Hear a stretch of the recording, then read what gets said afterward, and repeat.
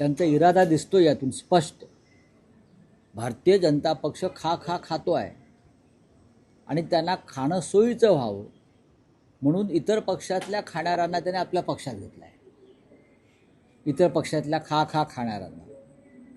जर भारतीय जनता पक्ष खात असेल, लूट करत असेल, भ्रष्ट मार्गाने प्रॉपर्ट्या करत असेल आणि अजित पवार त्या पक्षात उपमुख्यमंत्री आहेत त्या सरकारमध्ये आणि ते अशा प्रकारचं विधान करता आहेत, याचा अर्थ जनतेने काय घ्यायचा?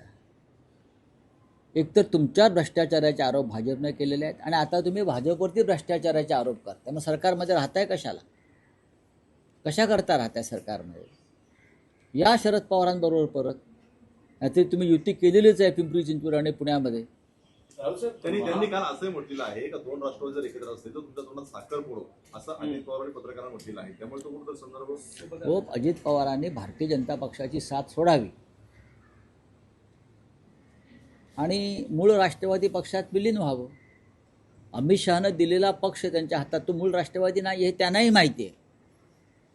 मूळ राष्ट्रवादी काँग्रेस पक्ष हा सन्मान्य शरद पवार साहेबांचा आहे.